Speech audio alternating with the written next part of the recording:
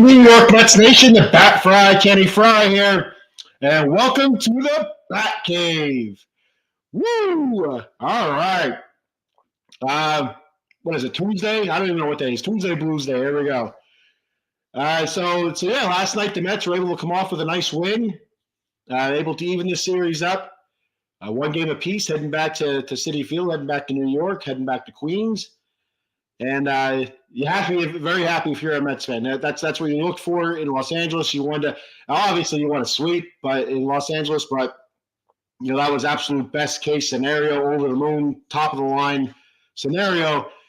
But your main focus was just to get the split in Los Angeles. That way you put the pressure on the Dodgers. Now coming back to New York with 3 games there. So now you're looking at, best case scenario obviously is that to sweep there and end the series on Friday. Today being the off day, and the game's resuming tomorrow night. So that's obviously your best case scenario.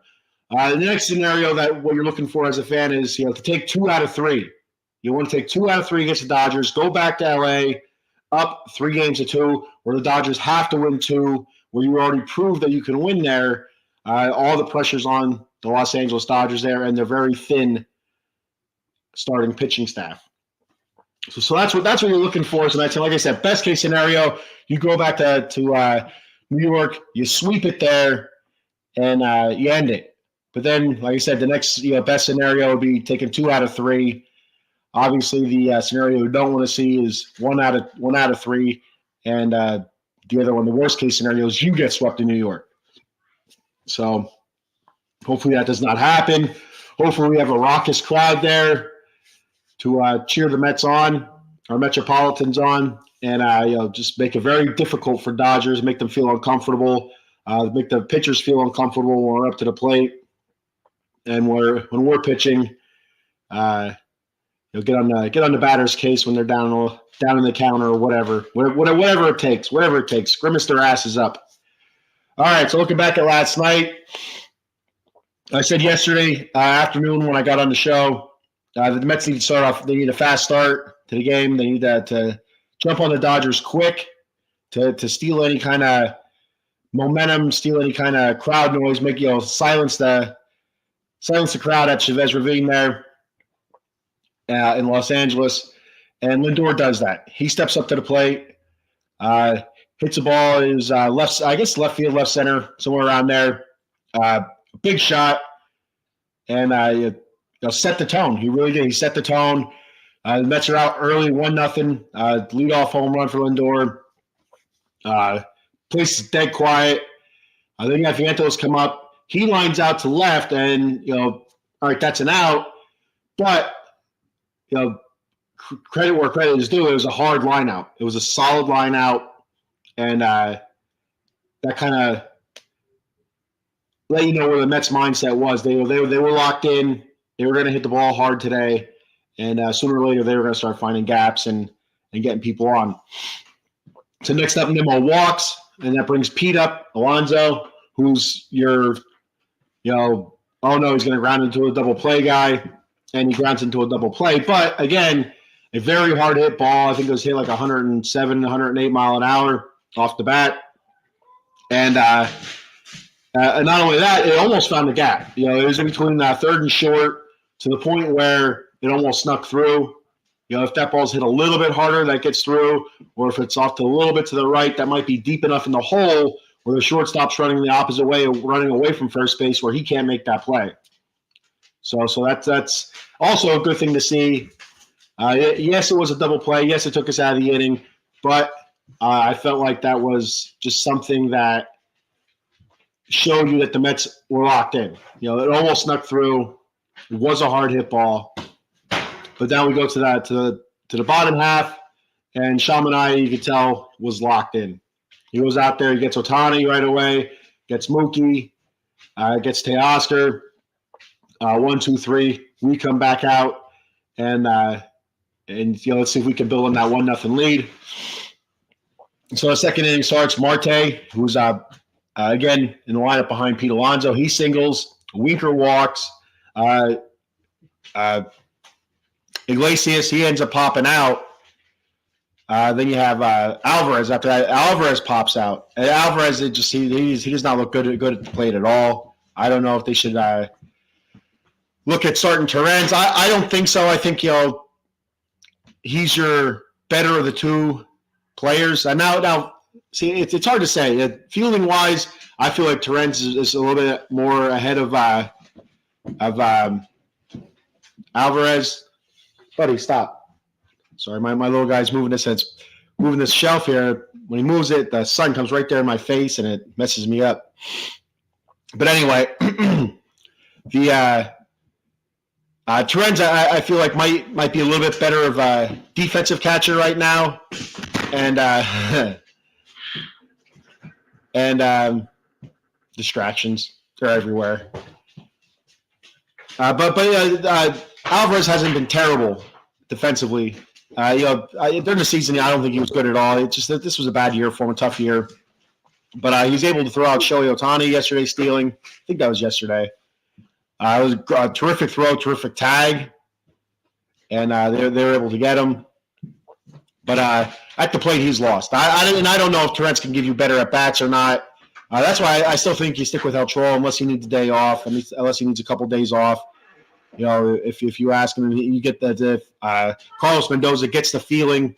If that's who sets the lineup, I have no idea who sets the freaking lineup. To be honest with you, old school wise, you figure it's the manager setting the lineup, but it could be somebody else. It could be Stearns. I'm not sure. I have no idea.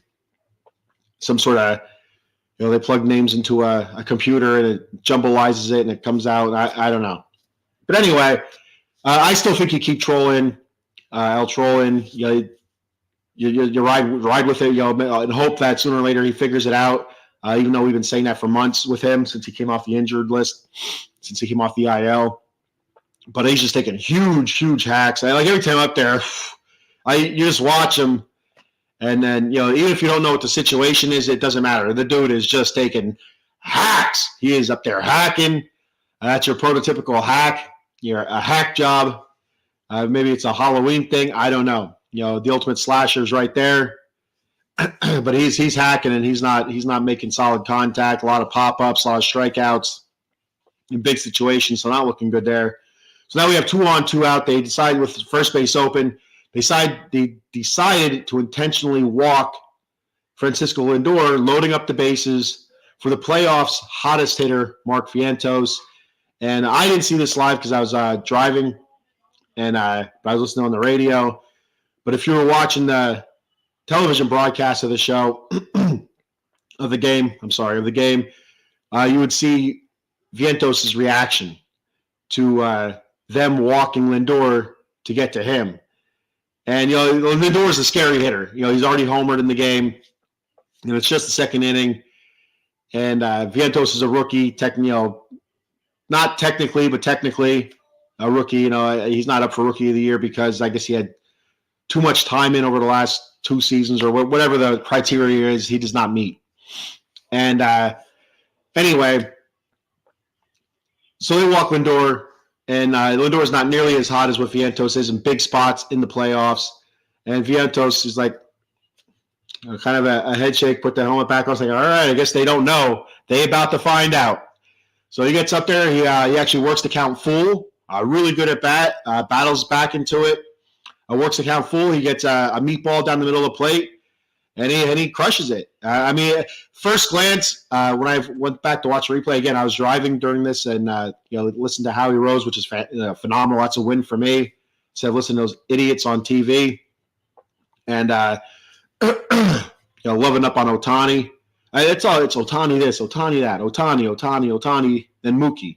It's like Jesus, I had somebody on my Facebook, a Phillies fan, when the Mets were playing the Phillies, complaining that the Fox announcers were slobbering all over the Mets knob during, I think it was Game 3. And I said, in all fairness, games 1 and 2, which I believe were ESPN, they were slobbering all over the Phillies knob. It was Phillies this, Phillies that, Phillies best team in the first half, and blah, blah, blah. And this, that, the other. World Series 2 years ago, they were there. Last year, the NLCS, do they take that step forward? Blah, blah, blah. Just, all over it. this series so far, first 2 games, it's been been disgusting. It's like it's watching a pornography that you don't want to watch. It's like I don't know. I'm not gonna expand on that, but because nobody wants to hear about it. So, but anyway, it's just been pro. It's been pro LA. It's been pro LA for the most part. Now it's a lot of it has to do with Ohtani. Yes, he had a terrific season, a historic season. This, that, and the other. But I feel like we've done all right as well. But anyway, again, back to the point here. So I got to listen to Howie Rose make the call. But when I went back to watch the highlights, at first glance on the grand slam, it didn't seem like he got all of it. It just seemed like it's going to be a fly out to deep center, maybe to the wall, maybe hits the wall. But that kept going, and went a couple of rows deep. And so it was a shot. It was an absolute shot for Mark Vientos. He knew it when he hit it. You could tell after he hit it. Kind of watching and going into the home run jog then. So that puts the Mets up early 5-0, and it felt like we were going to cruise through this then, and maybe put up a couple more runs the way we were actually making contact with the ball, but went a little stagnant after that. Or not put us up 6-0. Tyrone Taylor had an RBI before that actually. Tyrone Taylor, I missed that one. Tyrone Taylor had an RBI double, and that's what loaded the bases. Yeah, Tyrone Taylor was on second. Then you had your walks to Iglesias, or not to Iglesias, to Winker. Marte singles. Tyrone Taylor knocks in. Here it is. Marte singles. Tyrone Taylor, Winker walks, then Tyrone Taylor knocks in Marte. So you have second, third. Alvarez, Iggy pops out, Alvarez pops out, and then Lindor walks. That's what it was. I missed Tyrone Taylor's RBI there to make it 2-0, which was felt big at that time. But then the grand slam made it 6-0 after 2. So it's huge. The Mets off to a great start in the game. You had to be feeling good as a Mets fan. And you also had to feel like that, we need to continue to keep adding runs on.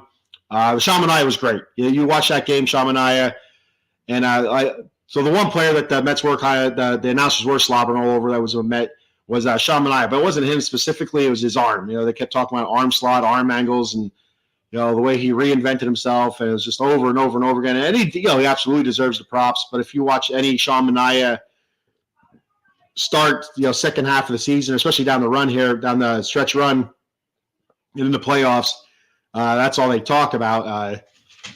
It gets old a little bit. But anyway, and all the credit to him. He put in a shit ton of work in the offseason to kind of reinvent himself and reinvent his repertoire, slot angle with the arm, all that good stuff. They showed the one at bat. I think it might have been Ohtani. When Ohtani struck out in the first, I believe, just that ball coming in and where his arm came out from, he's a lefty, all the way out to the side there, and the ball just coming all the way across and ends up on the right side of the plate on the outside corner. It would be if you're facing it. And such a hard pitch to pick up. It was a neat shot, that replay. And Manaea was on all the way up until the 6th inning. I ran into a bit of trouble. Got a comment here. Yuki Matsui says, R.I.P. Rally Snake. Yes, if you didn't see that, when what was his name, Brett Honeywell or whatever, when Honeywell was pitching for the the Dodgers, they were coming back into the dugout, and he abruptly stops at the top step and points, and you can read his lips, says, "Oh my God, there's a snake," and there's a tiny ass snake on the steps there, slithering about. It tells you that the Dodgers have been worshiping the devil, because the snake is the serpent is used in reference sometimes for the devil. So the Dodgers trying to sell their soul to the devil. So that's how I take it. That was the devil, in small form, and the grounds crew came over and they took care of the devil. So now the Dodgers sold their soul for nothing. So the Mets will go ahead and they'll sweep the rest of the games now that they don't have the rally snake, and that's it. Sorry, Dodgers. Your grounds guy killed the rally snake or did whatever, released them into the wild, and Probably got ran over in LA traffic on the freeway somewhere. But I wonder what they did do with the snake. To be honest with you, I don't know if they would have killed it. I don't know. I'd hope they didn't kill it. Not that I'm a gentle soul myself. If it's in my backyard, I probably would have killed it. In my house, I had a snake in my house. I guess it was early summer, maybe, and I ended him. It was either him or me. Now granted, he was probably about maybe 6 to 10 inches long, somewhere around there. But it was either him or me. He was coming after me, and I said, you know what? I'm not going down today, little guy. And I took care of him, just like I take care of all the spiders with a broom and a shoe. Things got to be done. The bat fly doesn't take any crap. Man, myth, or animal, doesn't matter. I have big shoes, and I will kill many a bug. Larry Bird Chicken, what's up, Larry? Big win yesterday. Yeah, it was a really big win. Need to come out of that out of LA with the 1-1 split. Feeling good about ourselves offensively. And I just mentioned that offensively, get out to that hot start, 6-0 right away after 2, and just unable to really tack anything on. We did have a couple opportunities, but just unable to get that next big hit to really put the game away, or at least feel comfortable. Because to be honest with you, in the second inning with the Dodgers lineup, the way it's constructed, who they have in that lineup, 6-0, I did not feel good. I did not feel good, 6-0. I felt good that we had 6 runs that early and we were up 6-0. But in no way I felt comfortable like, oh, this game is over. The Dodgers will not come back from this. They have enough firepower up and down that lineup where they're, a couple knocks away. Double, home run, double, gap to gap type stuff. From being back in this game and making it really, really uncomfortable. So a lot of squandered opportunities, a few squandered opportunities for the Mets to tack on more runs through the middle innings. But either way, getting the victory was huge for the Mets, no matter what it looked like or how it was done. The final was 7-3. You can check Larry out on Tuesdays. I'm not sure, Larry. Let me know if you guys are live tonight on the Part-Time Marks wrestling podcast. I also do a wrestling podcast, the Atomic Drop, but we have been off for a couple of weeks now. So I'm hoping to get back onto the Atomic Drop over the next couple of weeks. Not this weekend, but maybe next weekend or the weekend after. I have to double check my schedule and get with the guys to see if we can get the Atomic Drop back. But yeah, check Larry out on the Part-Time Marks. Usually Tuesday nights, but I'm not sure if he's on tonight or not. So if Larry's still watching, you can go ahead and throw that out there if they're on tonight or not. And I will plug the show. So Manaea works, cruising through the lineups, cruising through the Dodgers order a couple times, gets to the 6th inning and ran into a little bit of trouble, just kind of lost his control. Ends up walking the first 2, and we got to go to the bullpen. They go to Phil Maton, which kind of surprised me. I didn't think they'd go to Maton. He's been shaky, but they go Maton. So it is what it is. And Manaea's line ends up being 5 innings pitched, 2 runs, 3 runs, 2 of those earned, 4 walks and 7 strikeouts on 87 pitches. And so those runs coming up with Maton pitching. Trying to remember how it went, if it was bases loaded or not. But I think there was 2 men on. I feel like there was 2 men on, and I don't remember who hit it, but one of the Dodgers hit it up the middle, hits off the mound, I believe. Takes a weird bounce. Iglesias has it lined up for a double play, which I think might have ended the inning. I don't remember exactly. I had it lined up for a double play. Just bounces, I think, over his glove. I'm trying to remember exactly, or did he bring his glove up too high, went under? Doesn't matter. He missed it, and I think they ended up scoring it a hit, but it could have been an error as well, or they scored an error. I'm not really sure. I'm all lost with it now. I can't remember if they scored an error or a hit. It doesn't really matter.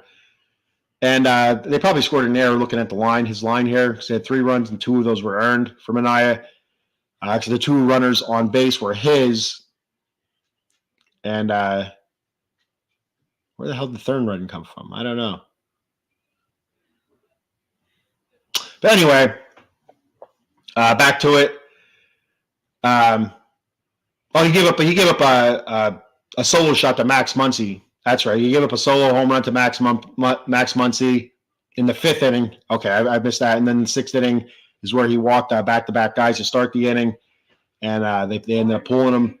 Great outing for him. Really good outing. He had ace stuff yesterday, but ran into some trouble, like I said, in the 5th. And it gets a tough lineup, high-pressure lineup, so it is what it is. So Maton's in. A ball hit up the middle, gets past Iglesias, which would have been a double play, easy double play. It was Freddie Freeman that hit it. I remember that now. So now bases are loaded, I believe. And next guy up hits the ball fairly hard, past the diving Pete Alonso. And I know Pete's getting a lot of guff for this right now. You should have had it. And I tell you, I think 9 times out of 10 he does have it. We've seen him make that play most of the season. To be honest with you, he's worked really hard on his defense, and we've seen, especially down the stretch, we've seen him make a couple bonehead plays. The drop pop up there in Milwaukee, but he came back and was able to make up for it. I can't think of the word I'm thinking of. I can't really think of right now. I don't know what it is. Brain not work, and so the atone for his mistake. That I think that's the word I was looking for. But anyway, it sneaks under his glove. It actually hits off of it. And we've seen him make that play a whole bunch of times. Now, whether or not he was screened by Freddie Freeman, it doesn't matter. You need to make that play. For your pitching staff, for your team. 2-run scorer. That makes it 6-3 now. That was Edman that hit that. And he's come up with some pretty big hits so far against the Mets. So that's a 2-run single that scored Mookie Betts and Teoscar Hernandez. But the next batter up, it was a grounder. Who was it hit to? It was hit to. Was it hit to Lindor, or is it? I think it was hit to Vientos. It was hit to a grounder to Vientos. Vientos bobbles it. Actually, fires it to second base, and Iglesias is covering it. I'll tell you what. Kudos to these next 2 players here. They have back-to-back fielding gaffes, if you will. Both still tough plays, but still plays that they need to make and they have made in the past. But the throw, Vientos throws it to Iglesias, which was a very good throw. Very good throw by Vientos. Hard throw. And for Iglesias to stay in there with Edman sliding into him, and you watch that, you watch in slow motion and you get kind of a little cringe the way he slid into his ankle. And I tell you, I think 100% that's a clean slide. Iglesias is in the front of the bag. He didn't, it's not like Edman put a spike up and spiked him in the leg. It was his back leg, the leg that's tucked when he's sliding, comes up into Iglesias' ankle a little bit, kind of flexes it a little bit. And, you watch in slow motion, like he might be hurt, but, he was good, nothing, a little bit of a wince, and that was about it. One of those things like, oh, my God, I don't want to get hurt kind of thing. But he makes a good, strong throw to Pete. Now, this throw here is high, and I guess it'd be off to Pete's right. And Pete has to take the back of the bag and stretch, and you have who was running down? It would have been Freeman. It would have been crud. Who's after Freeman?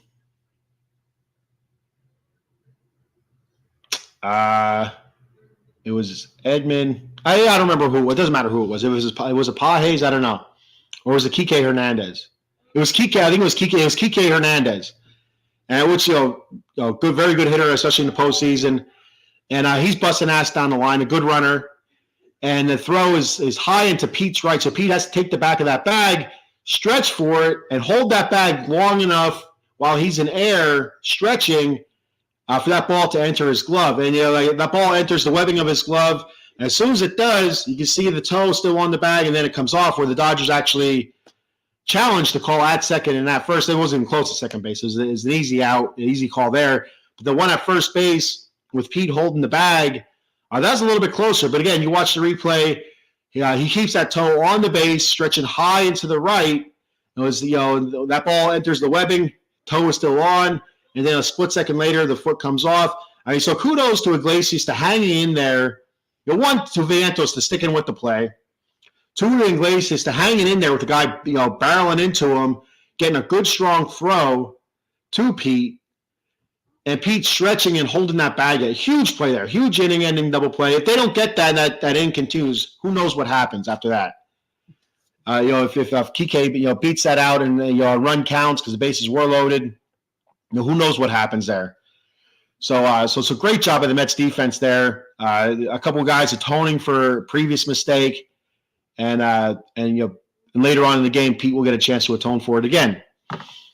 So you move on. Maton gets out of that, works his way into the next inning, gets an out there, ends up walking Ohtani, and they bring in Stanek. And Stanek looked good. The dude was firing in there. He looked really good. He was able to get through an inning and a third as well before they went to Edwin Diaz with an out left in the eighth inning. They bring Diaz in. He gets out of the eighth. So we move ahead to the ninth inning. And Pete walks. And they got a huge play right here, a huge play in the game. He takes a walking lead off of first base, and he ends up stealing the bag I don't remember who was pitching. It doesn't matter who was pitching for the Dodgers. He ends up stealing second base against the Dodgers. A huge heads-up play there. They weren't holding him on. They weren't checking him. You just figure Pete's not going to run. But he does it. Pete has good speed. For a big man, he has really good speed. And I know I've mentioned it before. Dude can motor. Dude can run. And it's funny to watch him run because he's a large man, and it's just funny. It's watching him, lumber around the bases, and you realize the dude he got some get up. He is moving pretty fast. And so then Marte comes up after Pete steals that bag. Marte's up, and Marte hits a grounder up the middle. Now the grounder up the middle, straight center field. If that ball's hit any harder, I don't think Pete scores on this. I think it was hit perfect speed. It wasn't, roped to center field. It was just a ground ball up the middle. Makes its way over the second base bag to center field. Pete comes lumbering around third base, motoring home. Great slide to the outside part of the plate. Gets his hand in there before he gets tugged. Great job by Pete Alonso. Great hustle. Clutch hit again for Starling Marte, who wins this game 3 for 5. Great job there. So that was a huge insurance run. As of course, Edwin Diaz likes to try to kill all Mets fans with heart ailments, including myself. And before I get to that, got a couple comments here. We have Eileen checking in. What's up, Eileen? She said, I made it this time. Yes, you did. You made it this time, buddy. You made it to the Batcave. Yuki says, second and third run is when Iglesias muffed a double play ball and Edman singled under Alonso's glove. So yeah, that made it 6-3, and then they had that big double play right there. And then Enrique Hernandez, and it's funny because I know him as, everybody knows him as Kike, and I'm looking up the Dodgers lineup like, who the hell's Enrique Hernandez? I'm looking at the picture, I'm like, I think that's Kike Hernandez. I'm like, where the hell did they get Kike? But Enrique, Kike, I get it. But it took me, I didn't realize his first name was Enrique. I assumed it was Kike or whatever, however you want to say it. And Henriquez was the one that was pitching for the Dodgers. Yeah, you're right. 100% right there. Edgardo Henriquez. He was pitching for the Dodgers at that moment there in the ninth inning. So going to the ninth inning, the bottom of the ninth, 7-3, a huge insurance run because, Diaz out there. I mean, I was driving home from my daughter's softball practice. I'm on the edge of the seat. I'm just like, I can't handle this crap. Diaz he's trying to kill me. He's trying to give me a heart attack while driving. I'm going to wreck my truck and kill everybody. That's what's going to happen. So he goes out there, gives up a leadoff single to Pages there in the bottom of the ninth inning. It's like, oh my God, that's the last thing you want to do. The number 9 hitter, get his ass out at least. Don't leave anybody on base for Ohtani. Granted, it's a 4-run lead. It's not a 2-run lead. He's not going to hit a 4-run home run with one guy on base. But then he proceeds to walk Ohtani. So now you have 2 guys on and nobody out. It's like, this is bullshit. This is so much bullshit. I'm like, why do we have this freaking, typical Mets stuff, Mets fan stuff. I start spouting off. And then I turned to positive. I started like, all right, Edwin, let's settle down here, buddy. Let's go. Let's figure this out. And listening to Howie Rose kind of talking about it, and I can't think of who's with Howie Rose in the booth. But anyway, talking how they feel like that Diaz should kind of shy away from the slider a little bit, stick with the fastball, and that's what it felt like he was doing. The way they were calling it, it sounded like he was throwing a lot of fastballs then, and he was because he's throwing 98, 99, 100 mile an hour, and he was putting them in great spots. So he gets Mookie up with 2-1. He strikes Mookie out. I mean, this isn't an easy lineup. He walks Ohtani, and you still have freaking Mookie Betts, former MVP. Teoscar Hernandez, terrific hitter. I think he had 30 home runs this year, 30-plus home runs. I could be wrong. Freddie Freeman, another former MVP. Yes, hobbled, but still a very, very good hitter. And a Met killer, from all those years with the Braves. Strikes Mookie out. He's able to strike Teoscar out. And then he strikes Freddie freaking Freeman out. Unbelievable. Great job by Edwin Diaz to settle his ass down, not let it get away from him like, it has many times this season. There we go. Keith Rad and Pat McCarthy. Yes, Keith Rad and Pat McCarthy. It was kind of funny. I listened to listening to Howie and the guys driving to my daughter's practice. I don't know what inning it was, probably third or fourth inning. But I guess one of the reads they had to do was for the rock band Disturbed, and how they're going on tour in celebration of their 25th anniversary of their first album, Down with the Sickness. And so I don't think Howie didn't do the read. I'm not sure if it was Keith or Pat. I feel like it was Keith. No, I don't know. It doesn't matter who it was, but it definitely wasn't Howie, because one of them said, "Oh, you should see Howie's face right now." And then Howie gets on. He's like Disturbed. And then they start talking about who was it? Crap. Somebody else from years ago. His name, I can picture him, but his name is escaping me. And about band names, and like what the hell were they come up with that band name from? So they're talking, so Howie Rose we on our way back in through the next inning, play us into some Disturbed. He said, because I want to see what this sounds like, and they played him back in the next inning, and that's what they were playing was Disturbed, and it was just silence, and it was like, okay then. So I got a kick out. I was rolling. Me being a Disturbed fan and rock fan, I've seen Disturbed live a couple times, so I got a huge kick out of that. I thought that was hilarious. But anyway, back to the game. One of the keys to the Mets yesterday, not only jumping out early on the Dodgers 6-0 after 2 innings, and being able to hold that lead even when they're in trouble. I mean, Kike Hernandez, he left a lot of guys on base yesterday, and he's a very good hitter, overall, and especially in the postseason. He's been known to be a very good hitter. And he left a lot of guys on. Which was huge. Getting those big outs with him at bat. I think one time he flew out, and the other time he grounded in double play with the bases loaded. So it's a great job by the Mets pitching staff, bullpen, great job. But the holding this meat of their order to nothing. Ohtani 0 for 3, 2 strikeouts, 2 walks. Mookie Betts 0 for 4, 3 strikeouts, a walk. Teoscar Hernandez 0 for 3, 2 strikeouts, 2 walks. And Freddie Freeman 0 for 5 with a strikeout. I mean, and Will Smith 0 for 4 with a strikeout. Kike Hernandez 0 for 3 with a strikeout and a walk. So, they did a hell of a job. Freddie Freeman reached on error, so he did get on base, but it was through an error. So look at that. That's what, 0 for 7, 10, 15, 19, 22. 0 for 22. They held the big bats in that order yesterday. They allowed them on base 2, 3, 5, 6, on base 7 times. So that's a hell of a job, and able to control the traffic on the base paths. Like I said earlier, Alvarez throwing Ohtani out, stealing second base, and got to keep that up. Got to really shore up that defense. You can't let any mental mistakes or whatever happened yesterday. They were able to get a couple runs off of it. Need to limit that stuff to the point where it's not hurting us. And because we are a very good defensive team when we're on. When we're off, just some of the mistakes you make. It's like, what in the hell is that? like just like that, the inning end double play, you have Vientos bobble it a little bit. If he makes a clean transfer to his hand and makes the clean throw, it's double play's not even close, to be honest with you. They beat Kike by a step.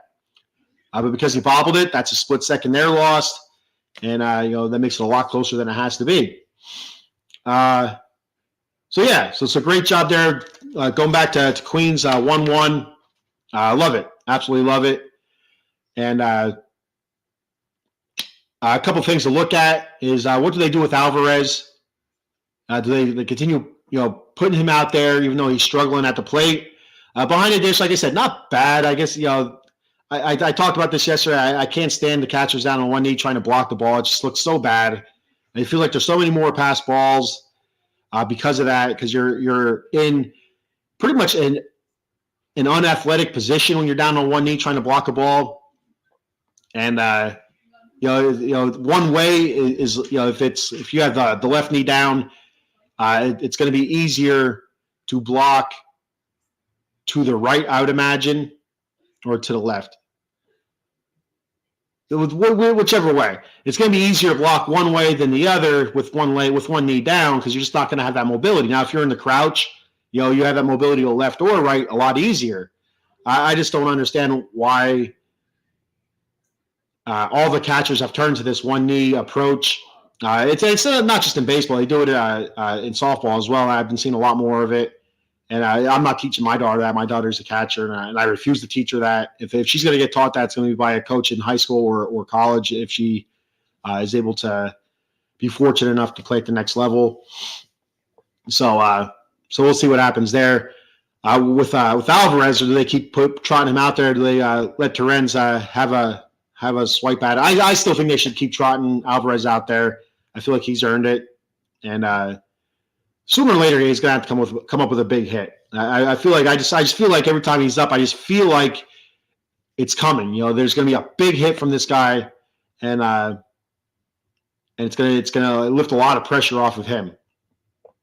And the other one is Nimmo, and our good friend here of the show, Yuki Matsui. I mentioned I did hear Yuki's name mentioned on the Locked On Mets post-game show last night. The host of that, I'm not sure what his name is, but he mentioned he's like, in our chat here, Yuki mentioned, and it has to be Yuki Matsui. It has to be Yuki Matsui. So there you go, Yuki. Your name's you're becoming famous here. Not from me, from those guys over there. I'm not as big as those guys from Locked On Mets and the Locked On Mets post-game show. But anyway, Brandon Nimmo, Yuki mentioned yesterday about Brandon Nimmo having plantar fasciitis, and is I'm not sure which foot it is. And you can tell it's hindering him. It's hindering him defensively. Now, at the plate, he said it doesn't hurt as much, but it has to. Sometimes, like, there was the one foul tip that they were talking about on the radio broadcast where he kind of had to turn his foot or ankle because it was an inside pitch and took a swing at it. And, that has to hurt. Puts pressure on your foot. Busting butt out of the box, which he's known for. You have to feel pain there as well. I guess they said it's mostly on the slowdown that it hurts. Not so much on running at full speed, but we'll see what they do with him. Do they give Nimmo a couple days off? I don't think so. I think they keep him in, but do they move him to DH maybe and pull Winker out? I'm not sure. I'm not sure what they're going to do there with that. Then now with Jeff McNeil in the on the roster, do they put trot McNeil out there and just give Nimmo an extra day of rest? And it's not going to heal itself, off a couple of days of rest. And this is something that takes months to heal of rest. It takes a lot of rest. So we're going to have to keep our eye on that and see how Nimmo's performing.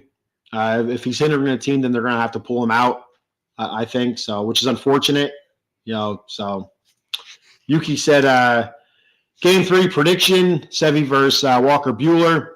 I feel like it would have been the first game of the series, of our home part of the series. I feel like the Mets will come out on top.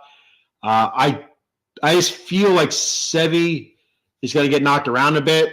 I feel like one of those games where he goes 4 innings, he's going to have like 80 or 90 pitches, early on, because he's getting hit around and he's walking some guys.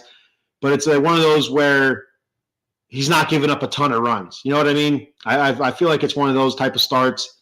I hope it's not that. I hope that he comes out and he's dealing. He's looking fantastic. He's able to go 6-7 innings. That'd be awesome. But I also feel like the Mets come out of some of those innings unscathed if he is a little bit wild, if he is getting knocked around a bit, and I feel like it's a little bit higher scoring game. I feel like the Mets are going to come out in this one 8-7.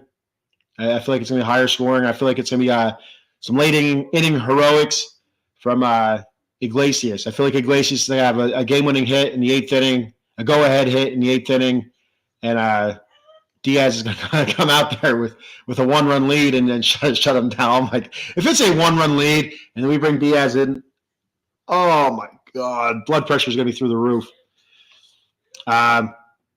40 degrees at game time, yeah, that sucks. Yeah, I know it's chilly here in Pennsylvania. It's straight up cold. I'm getting ready to go to my daughter's soccer game, so I got to hop off here in a minute or two. She has playoffs. League playoffs for her high school team coming up here in a little bit. I got to take the dogs to the room where they need their asses cut. They're all shaggy. So yeah. But that's my prediction. What's your prediction, Yuki Matsui, and anybody else watching? If you guys have a prediction for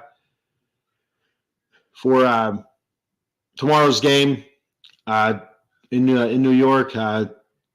Severino versus Walker Buehler. And last time Walker Buehler was out, gave up 6 earned runs to the Padres in that Dodgers-Padres series in the playoffs here. So we'll see what happens. I feel like the Mets will come out on top in the first game there back Queens game 3 and take a 2-1 lead. And I really do. I feel like they come out of the series, the next 3 here in Queens. I feel like they do take 2 out of 3. And I feel like I feel Peterson's going to start game 5. I feel like that's going to be a David Peterson start. And I feel like he's going to pitch good. So I feel like it's going to go Mets, Dodgers, Mets. We're going to go back to LA up 3-2, and I feel like the Mets will take it in game 7. So Yuki says, I predict Mets win in 5. No LA games needed. That'd be awesome. That would be so fantastic. The odds are against them. Just to get, anytime, like even the 3-game series, during the regular season, to get a sweep, it's a higher. The odds are much higher to win 2 out of 3. So I look at it as like a 3-game series, like during the regular season. You're more likely to win 2 out of 3 than 3 out of 3. So. And Eileen, the Yankee fan here, says, I hope you guys win and we get a Subway Series.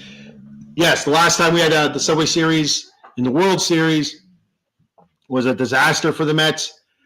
The one thing I do remember from that was the Mike Piazza home run in the game the Mets won. They lost that series 4-1 to the Yankees. And I felt like we were going to be back many times after that, and unfortunately we were not. Yuki says, I'm so confident. I'm placing a bet. Mets win in 5 with Ohtani betting slips. There you go. through Ohtani's bookie. I feel the Mets have the edge with the starting pitching, I believe. Walker Buehler, he hasn't been back that long since being on the injured list. He missed a couple starts there down the stretch, and then he comes back against the Padres, and like I said, gives up 6 earned runs. I don't know if it was how many innings pitched. It was 5 innings pitched. Let me take a look here. That's I'm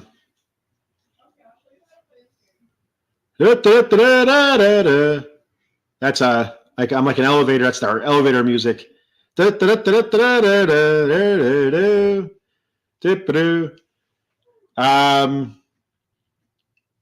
innings pitched, 7 hits, 6 earned runs against the Padres. He had 1 walk and no strikeouts. And his start before that was the end of September, so he did have a couple starts at the end of September. I misread it earlier. I thought he was hurt then, but he was hurt before that. But he started against the Padres before that, at the end of September. Went 5 innings, gave up 1 run. Then start before that against Colorado, 5 1/3, 4 earned runs. That was not in Colorado either. So that was in LA. Then at Atlanta, he went 6 innings, 2 earned runs. So it's like every other game, he's getting blasted because in the game before that against the Cubs, he gave up 5 earned runs there. Against the Braves, he had 5 walks. Against the Rockies, 9 strikeouts. So Walker Buehler is not a bad pitcher. He's when healthy, he's a good pitcher. But he's not 100%. So it's our time to jump all over him. Like I said, I feel like tomorrow's going to be a high-scoring game. I hope not. I hope Sevy shuts him down, and I don't have to worry about that. So, all right. So before I get out of here and get the dog's hairy asses to the groomer, got a couple things I want to shout out here. And, of course, we have our sponsor, Jason Fine, attorney, Big Al. You reach Big Al at 1-800-HURT-123, 1-800-HURT-123. Jason Fine specializes in motor vehicle accidents, slip and fall, workman's comp, and personal injury claims. He has 3 office locations conveniently located throughout Pennsylvania and New Jersey. His office in New Jersey is located in Cherry Hill on 3 Greensward Lane. The phone number there is 856-209-5258. And in Pittsburgh, he has an office located on 500 Grand Street, Suite 2900. The phone number there is 412-365-8151. And in Philadelphia, his offices are located in 1628 JFK Boulevard, Suite 2120. The phone number there is 267-888-2980. That's Jason Fine, attorney Big Al. And also, for me and Out of the Box Sports, you follow Out of the Box Sports on YouTube and X at OOTBox Sports. Once again, our handle on YouTube and X is at OOTBox Sports. Give them a follow and subscribe. And for myself on X, you can find me at The Batcave, OOTBS. On X, it's at The Batcave, OOTBS. And my YouTube channel, if you call it a channel or whatever the hell you call it, is at The Batcave _ OOTBSE. Once again, at The Batcave _ OOTBSE. Give me a follow and subscribe if you don't mind. I appreciate it very much. And I'll have a new sponsor I'll debut tomorrow, and we'll go from there. So we'll put that up there, and you guys will buy from them, and everybody will be happy. All right. So that's all I have for today. I appreciate everybody for checking the show out. I'll be live again tomorrow morning with the Batcave. Well, hopefully tomorrow morning. Tomorrow morning or tomorrow afternoon. We'll see how it goes.